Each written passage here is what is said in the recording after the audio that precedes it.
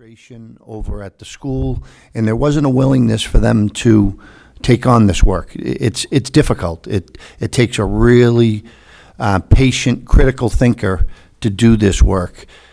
So earlier this spring, we met with the previous administration, laid out a game plan, talked to them in April and May, had a meeting in this room in early June, and went through the whole process, checking out job descriptions, defining what this individual would be responsible for, and talk about some of the enhanced benefits that the teachers and other employees of the school system would get. So that's how it came about. How did we come up with that figure for compensation? Could you kind of go through how that? Sure. Based on the technical expertise to do this work, and it's important that whoever does this work is going to have the technical expertise, but it was also decided that this person, if a principal of an elementary school or one of the middle schools needed someone to come over and attend a benefits fair or discuss benefits with individual teachers, new hires, whoever it may be, they were going to be a critical thinker doing the nitty-gritty work, but they're also going to have to dress up and make a presentation and sit one-on-one with the teachers and the individuals. You know, we look at our benefits. We have a great, generous benefit package, and a lot of people don't know that, and a lot of people don't take advantage of that. So our goal was to really encourage people to utilize these benefits, and they really haven't. So we figured by going school to school, especially during, open enrollment, having some pre-meetings before it starts, someone who, like I said, could really, dust off their presentation skills and present to the schools. You may have a school with, 10 or 20 new employees where they didn't have the chance. People get handed a booklet day one of school. Sometimes they don't read through it. I'll give you a little story. I started here 4 years and 5 days ago. I was handed a booklet, and I'm one of those people that read through the benefits. I read through the benefits. I read through the health plan. I had a child that was ready for orthodontist, and going through the benefits book, if I paid them $68, I could be part of Harvard Universal Plan. Even though we don't cover orthodontists with our health plan, it was a side plan that was in the booklet. For $68, I went and I saved over $1,400 on my son's braces. And my goal is to educate anybody who wants to learn and listen about this benefit and these many other benefits that we have, so they can really keep more of their own paycheck. And that was really what I wanted to do.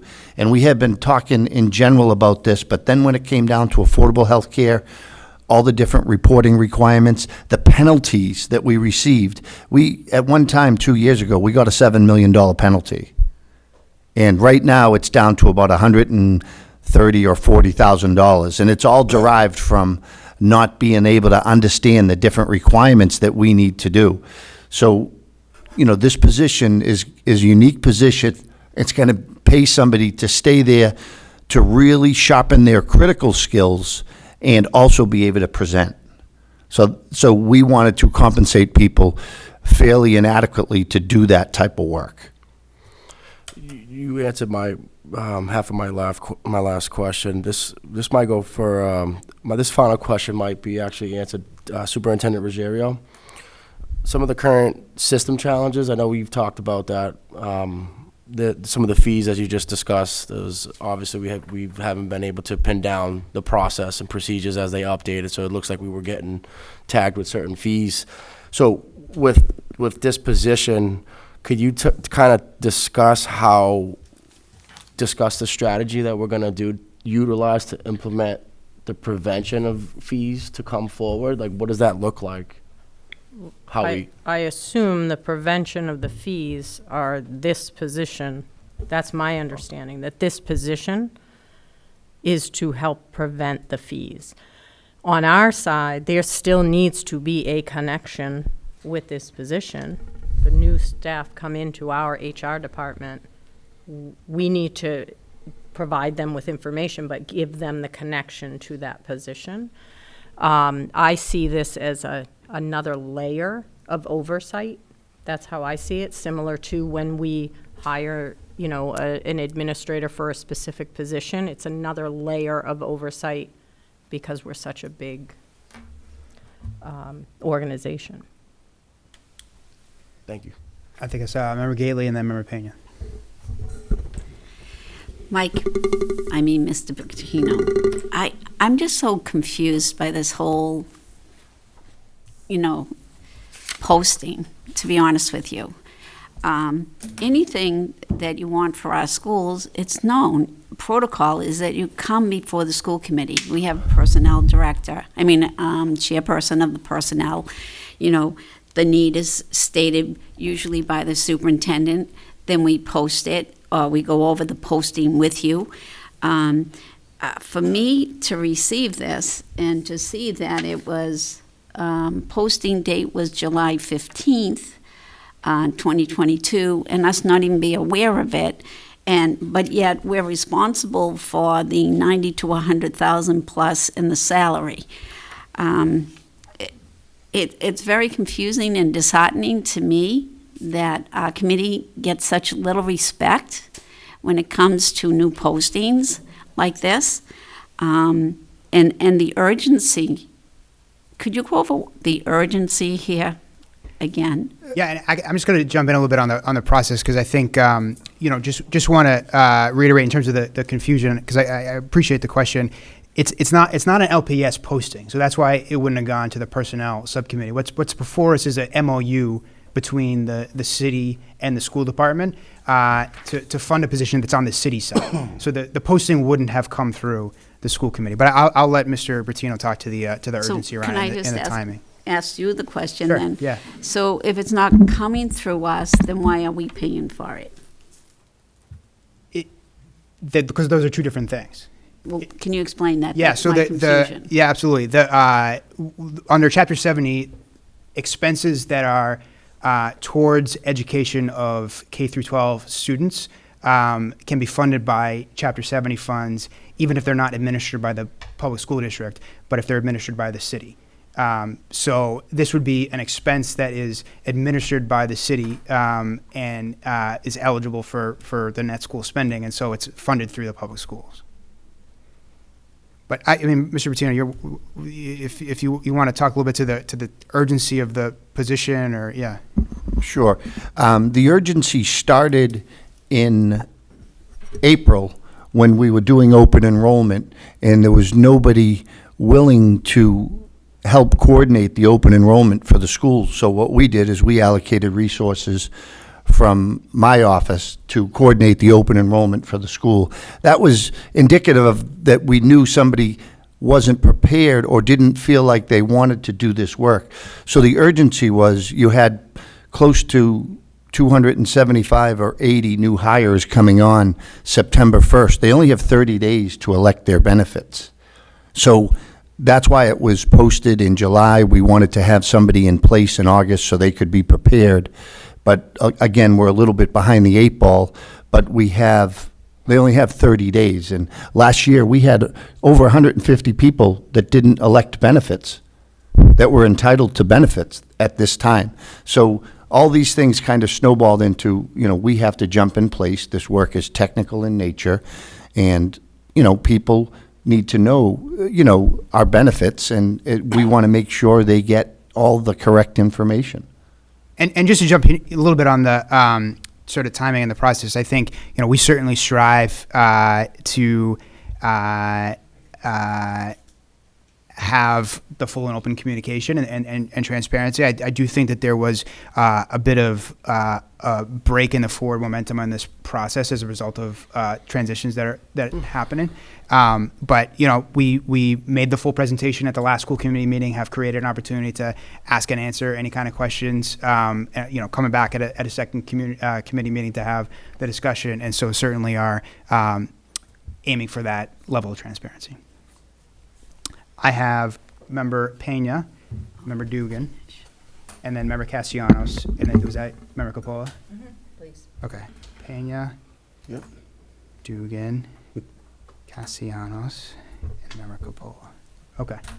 Member Thank you, Mr. Patillo. Thank you for your explanation. And I did a little research myself, and I see, that there's a lot of work that needs to be done. There's a lot of people that didn't get to enroll in benefits, and also we're backtracking, trying to remove some of those fines. And there's a number of people down there in City Hall, overtaking this workload, trying to backtrack and put us on track because we're paying a lot of fines. And I do support having someone going down there and solely focusing on this because it's a need. It's something that we need, and we got to get focused. I appreciate it. Thank you, Rich, for coming up through open mic and speaking. And I understand, we really need, this is the sense of urgency where we need to really get on because, we got all these fines. It's ridiculous. I heard there's even people that left the system are still getting, benefits through the, because of the lack of, the system, wherever there was a change in the system. So I understand the sense of urgency, and I totally thank you for the explanation. Member Dugan. Yeah, thank you. I guess this would be to anyone that could answer it. So on the posting, we do have, the posting date of July 15th. We've got the closing date of July 28th. Could you just maybe give us a little timeline of, should we approve this position tonight, how things will go into place with this position and putting people in place to do the job? If this position is approved, we'll resume the process that we put in place to pick a candidate. And then, obviously, we would make an offer of employment. I'm assuming someone would have to give anywhere from 2 to 3 to 4 weeks' notice. And then we would come in and we would go right to work. Again, we're a little bit behind the 8 ball, but, we're not concerned. We'll work as hard as we have to do to make this successful and make sure that people understand that there's a lot of good benefits out there and how to put a name with the face and how they can reach out and get the information they may need. So it's going to be difficult, but we're prepared for the challenge and we're committed to, taking on this aspect of it because it is technical, and so we are prepared. Okay, thank you. Member Castellanos. So since April, we had a sense of urgency, right? Is that what you were saying? Is that what I don't know if I would say April. I would probably say last summer when we hired all these people and they didn't get their benefits. So it started then. We had some casual conversations about, creating a new office internally or maybe aligning somebody to do this work. We sat with the prior administration. We talked it out. But it came to a head, when the fines, we got rejected from the appeals that we were doing for some of the fines. So then we had to do something because it's not fair to the individuals and it's not fair to the taxpayer to put their hard-earned money into fines because we can't get people. And we're not the only industry that's having trouble getting people to work. There's not enough people to do the amount of work out there. So that's when we raised it. We raised it, to the prior administration. We talked about it in this room with everybody involved. We put a game plan together. And, we didn't want to continue the process until we had a signed MOU because it's important that the person that we're going to invest in has at least the comfort knowing that the job will be good for 3 years as long as they perform. And we'll go on from there. Okay. I just wanted to understand just the timeline, as to how long this is going on, to see, why, we just learned about this about a few weeks ago, so I just kind of want to really understand. Again, I understand no, that's fine, but I will tell you, it's been a while, but it's never been to this level. And also, you're expanding. You expanded, your employees, and it's a lot of work in a short period of time. And I just like to just publicly disagree with your statement about no one willing to do the job, because I think there would be some people willing to do that job. Actually, I can tell you, we were told that by your administration. That's the only reason I said it. So I'm just copying what they said. Thank you. I just wanted to Yeah. just publicly. That didn't come out of my mouth. That came out of somebody on your side of the Thank equation. you for, okay, I just felt like, you know. Yeah, that- no, I would never say We have that. people in this union behind you who probably think very different. I know some of the people might, would have been interested. Yep, but- again, that didn't come out, that was, I should have noted that. That didn't come out of my mouth. That was copied. Yeah. Okay, thank you. Can I just Yeah, clarify something? Superintendent, yep, please. I just want to say, I know I spoke to each of you individually, and part of what I said was, this isn't a people problem. This is a system problem. This is, the people work hard in this district and have the ability to do great work. But when the system moves people around and changes who's doing different roles, that's the system that's hurting here. So I just want to be clear, this isn't a people problem, it's a system problem. I think I had Member Capola and then Member Gately. I'm just wondering, because the job got posted, and shouldn't the MOU have come to us first before they would have gone ahead and posted a job? That's all I'm asking. You need a vote from us. You know, obviously, he could have just gone and hired somebody if we didn't need to vote on the MOU. If we have to vote on the MOU should have come to us. If they were having talks and discussions in April, May, June, whatever, and posted the job in July, we shouldn't be here in September voting on an MOU. If he could just go forward and post the job without an MOU, but you have to have our authorization. So that's why it should have come this way. So in the future, let's do it in the right order. The Yeah. MOU first. Everybody be on board and understand the direction somebody is going in. But it should be the MOU first before they post the job. They posted the job, they probably have applicants who are waiting to hear whether they have a job, or maybe they've already chosen somebody. But the MOU should have come first. And I'm not saying that's you, I'm saying whatever the group was that was sitting in here in April. Yeah, and no, I appreciate the question, but just to be clear, the MOU is about the funds. So posting a job is not incurring any funds. So, I absolutely want to strive to be on the same page here, but just as because you asked the question about shouldn't it be, so the MOU definitely needs to be in place when we sort of incur the obligation and hire someone. But a posting doesn't obligate us to hire anyone. It's a posting. So, but I appreciate the point. Member Gately, and then Member Pena. So, Mr. Bertino, the closing date is Thursday, July 28th, 2022. And then down here it says something, last update is July 15, 2022. So have you had applicants for this job? Yes, we have.